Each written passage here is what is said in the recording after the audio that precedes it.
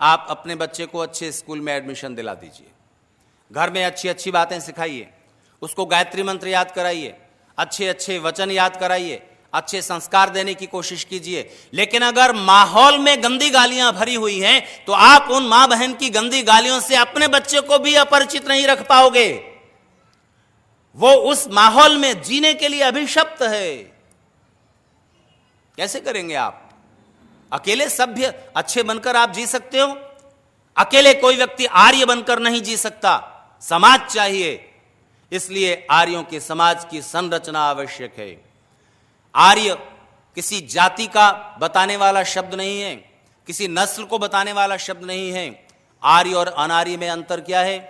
आर्य और अनार्य में अंतर वेद में स्पष्ट कर दिया गया है। आर्य वो हैं जो अलिनासह हैं, अनार्य वो हैं जो अनासह हैं।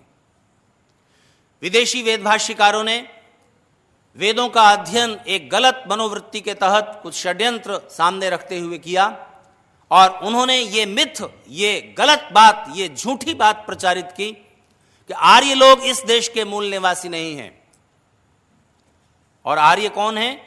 दक्षिण भारत में रहने वाले लोग, तमिलनाडु, कर्नाटक वगैरह, इन केरल, इन प्रांतों में रहने वाले लोग यहां के मूल निवासी हैं और वो द्रविड़ हैं।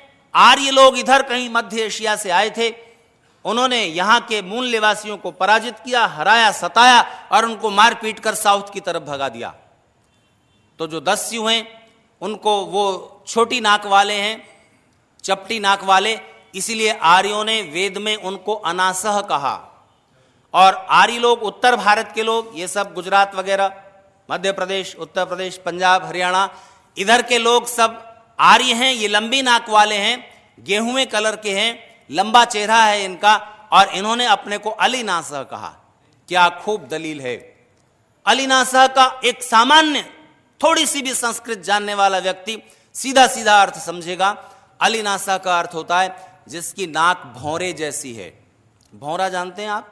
वो काला सा प्राणी जो फूलों पर बैठता है, इस फूल पर, उस फूल पर, उस फूल पर, उसे भौरा कहते हैं हिंदी में, गुजराती में पता नहीं। भ्रमर, हाँ जी, वही जो आप बोल रहे हैं। तो वो अली जो भौरा, ऐसी नाक वाला होता है आर्य। और अनासा का मतलब है जिसके नाक ही नहीं है। ऐसा कोई व्यक्ति दिखता है आपको साउथ में, दक्षिण भारत में, जिसके नाक ही ना हो? अनासा का अर्थ आप छोटी नाक वाला कैसे ले सकते हो, चपटी नाक वाला कैसे ले सकते हो? अनासा का अर्थ है जिसकी नाक ही नहीं। यहां कुछ गहरी बात समझाई जा रही है। मनुष्य और मनुष्य के बीच जो अंतर है वो बस अनासा और अलिनासा का है, अनासा और अलिनासा का है। और इसके आधार पर ही आप समझ पाएंगे कि समाज कैसा होना चाहिए, जिसकी संकल्पना ऋषि दयानंद ने प्रस्तुत की है आर्य समाज के नियमों में।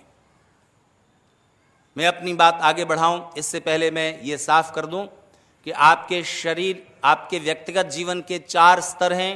कौन कौन से? शरीर, बुद्धि, मन और आत्मा। और आपके जीवन के 4 विस्तार हैं, 4 डायमेंशंस हैं। कौन कौन से? आपका व्यक्तिगत जीवन, दूसरे आपका पारिवारिक जीवन, तीसरे आप जिस राष्ट्र के नागरिक हैं, और चौथे पूरा मानव समाज जिसके आप अंग हैं। इन चारों स्तरों पर आपका जो व्यक्तिगत जीवन के 4 तल हैं, शरीर, बुद्धि, मन और आत्मा, इन चारों पर अलग अलग प्रकार का सुख है और अलग अलग प्रकार का पुरुषार्थ करना पड़ता है। आपके जीवन के जो 4 विस्तार हैं, व्यक्ति, परिवार, राष्ट्र और समाज, इन चारों के सम्मेलन के बिना और इन चारों के ठीक संयोजन के बिना आपका निजी सुख भी, चाहे वो शारीरिक हो, चाहे बौद्धिक हो, चाहे मानसिक हो, आत्मिक हो, संपन्न नहीं हो सकता। इसीलिए मनुष्य एक सामाजिक प्राणी है।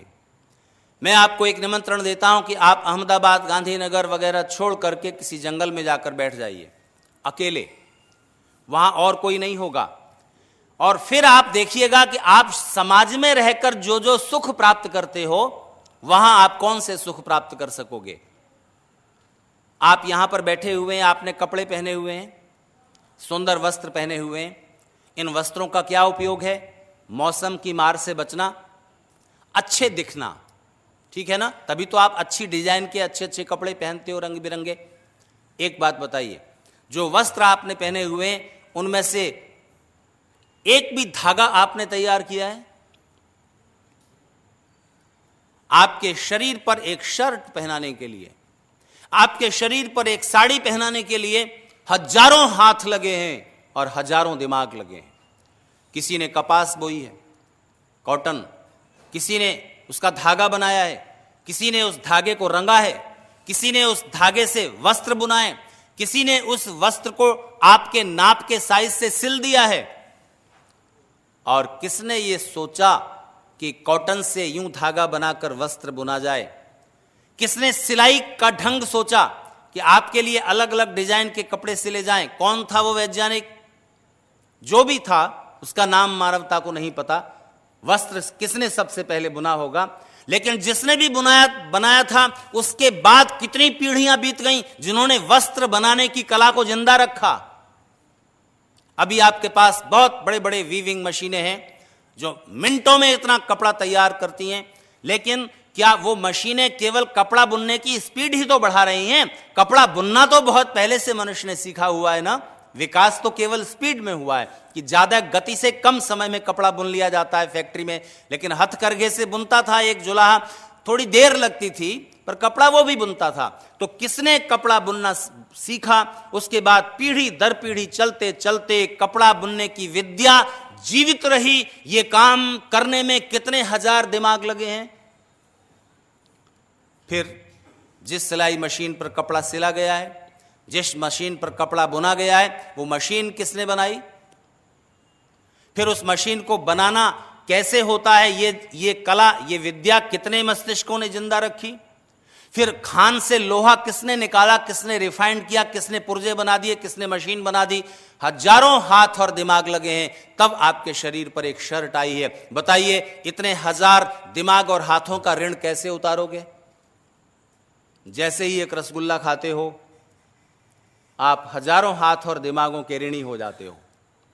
किसी ने गेहूं बोया, किसी ने मैदा बनाई, किसी ने भैंस पाली, किसी ने खोया बनाया, किसी ने घी निकाला, किसी ने गुलाब जामुन बनाई। और गुलाब जामुन, वो रसगुल्ला कैसे बने, ये उसने कहां से सीखा? अपने पिछले हलवाइयों से। उसने कहां से सीखा?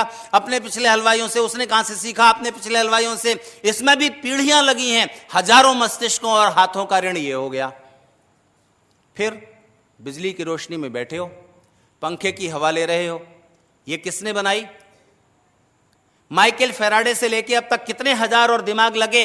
और अब आपके शरीर के, केवल शरीर के कितने सुख पहुंचाने के लिए कोई आपके लिए अनाज पैदा कर रहा है, कोई आपके लिए कपड़ा पैदा कर रहा है, कपड़ा बना रहा है, कोई आपके लिए मशीनें बना रहा है, कोई आपके लिए बिजली बना रहा है, कोई आपके घर तक बिजली ला दे रहा है, कोई आपका कपड़ा सिल रहा है, कोई आपके बच्चों को पढ़ा रहा है, कोई आपके शरीर में बीमारी हो जाए तो उसको ठीक करने के लिए 15 साल की पढ़ाई करके MBBS MD बन करके आपका इलाज करने के लिए बैठा हुआ है। सबका सहयोग मिलता है, तब आपके हजारों सुख संपन्न होते हैं। तो फिर आप अकेले किसी जंगल में जाकर बैठिए, फिर देखिए कि आप कौन कौन से सुख उठा पाएंगे जो समाज में रहकर आप प्राप्त करते हो।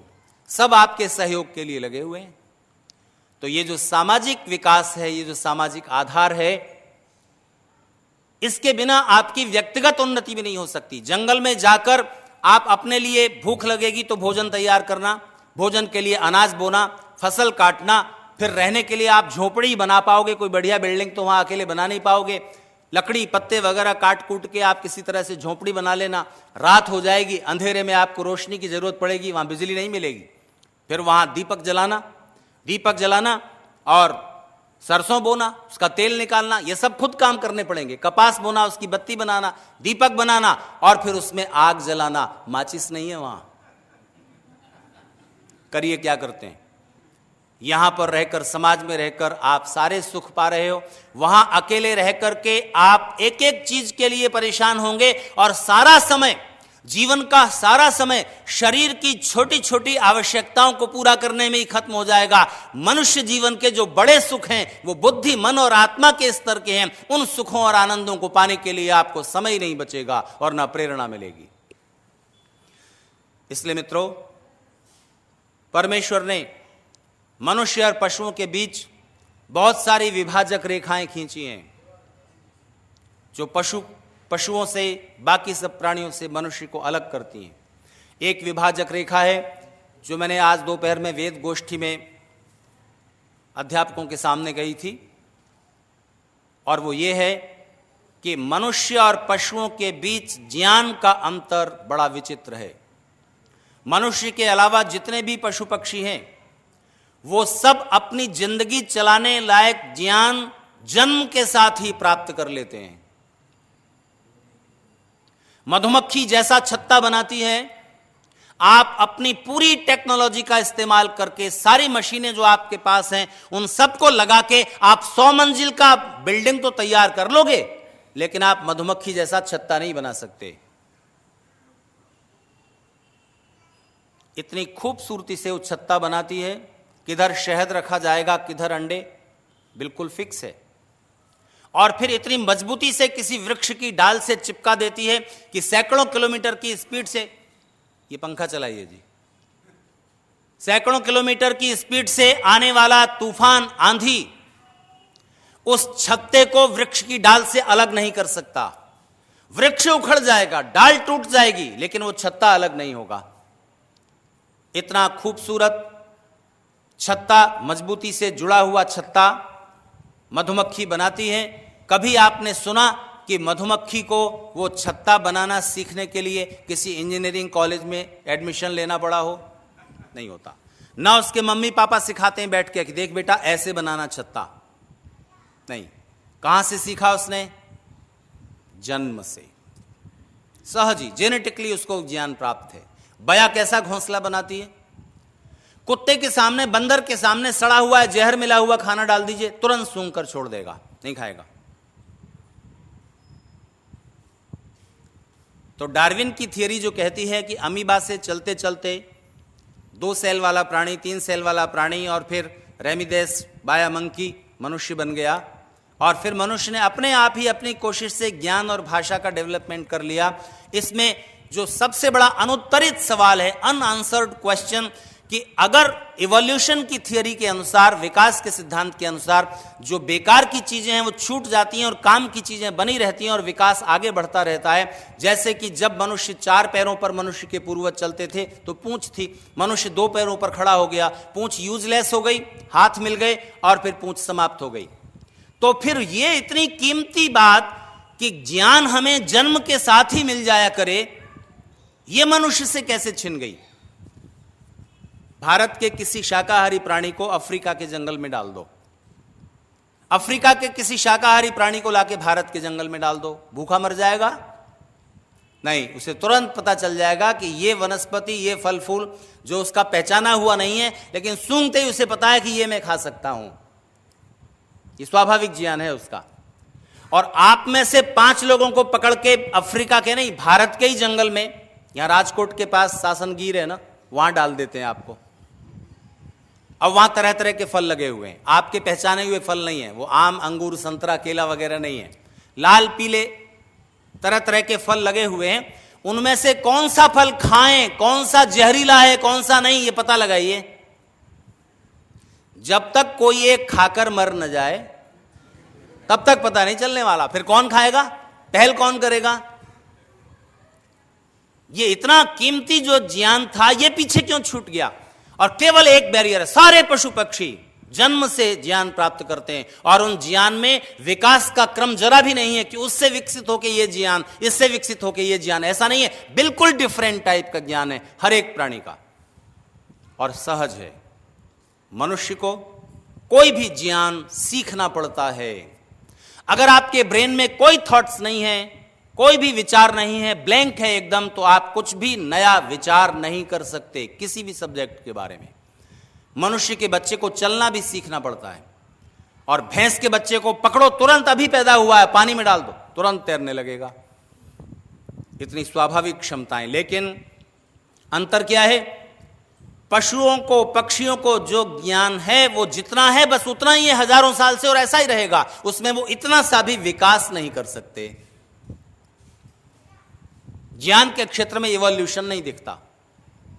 और दूसरे, मनुष्य जो अगर विकसित होते होते यहां तक आया है तो वो ज्ञान का विकास तो कर सकता है, लेकिन उसको सीखना पड़ेगा, उसे नैमित्तिक ज्ञान चाहिए, उसे सहज ज्ञान नहीं मिलता। तो मैंने कुछ बच्चों में भाषण देते हुए उनसे ये पूछा कि देखो, इंसान की जिंदगी में तो भारी मुसीबत है,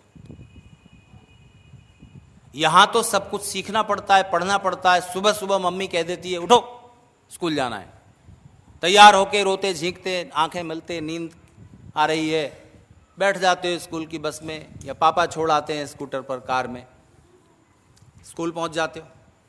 वहां मम्मी पूछती है होमवर्क किया? नहीं किया, पीछे खड़े हो जाओ बेंच पर, फिर डांट पड़ती है, फिर इतना पढ़ना पड़ता है, इतना ज्ञान पाना पड़ता है, और जब थोड़ा बहुत ज्ञान पा लेते हैं तो उसके बाद उस ज्ञान को प्रयोग में लाते हैं, कोई जॉब मिलता है, उसको जिंदगी भर मेहनत से करते हैं, तब कुछ पैसे मिलते हैं, उस पैसे से शरीर की आवश्यकताएं पूरी होती हैं, रोटी, कपड़ा, मकान, यही तो होता है पैसे से। तो जहां मैं भाषण दे रहा था वो स्कूल एक पहाड़ी पर था, मुंबई में भायंदर की पहाड़ी पर, उत्तन गांव के पास। तो मैंने उन बच्चों को ऐसे ही हॉल में मैं बैठा बता रहा था, तो मैंने उन बच्चों से कहा कि देखो यही तो हो रहा है ना, पढ़ लिख के और इतना ज्ञान पाके, इतनी मेहनत करके कुछ पैसे मिलते हैं, पैसे से तुम्हारे शरीर की आवश्यकताएं पूरी होती हैं। तो उस पहाड़ी पर ऐसी खिड़कियां थी उस हॉल में, बाहर चल रहा था एक घोड़ा, जो उस स्कूल में बच्चों को हॉर्स राइडिंग भी सिखाई जाती है, उसका था। तो वो घास चल रहा था मैदान में। मैंने उन बच्चों को कहा देखो घोड़ा घास चल रहा है, कितना मजे में है, ना तो उसे एग्जाम पास करना है, ना उसे परसेंटेज की चिंता है, ना आगे कौन से कॉलेज में एडमिशन मिलेगा नहीं मिलेगा, ना उसे डॉक्टर बनना है, ना इंजीनियर, ना ये पढ़ाई करनी है ना वो पढ़ाई। अगर इंसान उसे परेशान ना करे तो बहुत मजे में है, हरी हरी घास चल रहा है और जीवन का सुख ले रहा है। तो मैंने उन बच्चों से कहा कि देखो मैं रोज मेडिटेशन करता हूँ, संध्या प्रार्थना करता हूँ, भगवान से मेरा सीधा कनेक्शन है और मेरी बात भगवान जल्दी सुन लेते हैं। तुम में से कोई इस इंसान की ज़िंदगी में आके परेशान हो गया हो कि यहाँ तो बहुत इतनी मेहनत है, पहले पढ़ो, बुद्धि बढ़ाओ, ज्ञान बढ़ाओ, फिर उसको प्रयोग में लाओ, तब और मिलेगा क्या, कुछ पैसा, उससे शरीर की आवश्यकता है। तो तुम में से अगर कोई इस इंसान की ज़िंदगी में आकर परेशान हो तो मैं उसका ट्रांसफ़र कर सकता हूँ, मेरे पास आओ, 5 मिनट में तुम्हारी आंखों में बिना पलक झपकाए देखूंगा और फिर भगवान से प्रार्थना करूंगा, 5 मिनट में तुम्हारा ट्रांसफ़र हो जाएगा। मनुष्य के जीवन से तुम कहीं और जा सकते हो, चुन तुम लोग कहाँ जाओगे, कुत्ता, घोड़ा, गधा, बंदर, बिल्ली, छिपकली, चूहा, जो तुम्हारी पसंद हो। तो सामने बैठे थे छोटी क्लास के बच्चे, 2nd, 3rd, 4th स्टैंडर्ड के, पीछे बैठे थे BSc, BCom, MCom, MBA के विद्यार्थी। तो कोई भी बच्चा नहीं उठा, ना छोटा ना बड़ा। एक छोटी क्लास का बच्चा, दूसरी तीसरी क्लास का, वो खड़ा हो गया। उसने कहा कि जी सर, मुझे आप ट्रांसफर कर दो। पढ़ने में भारी मुसीबत लगती होगी उसको। तो वो मैंने कहा पास में आओ, आओ अभी तुम्हारा ट्रांसफर करता हूं, बताओ किधर जाओगे, बिल्ली बनोगे कि बंदर। तो थोड़ा 2 कदम आगे बढ़ा और फिर बोला लेकिन सर मम्मी पापा भी साथ जाएंगे ना।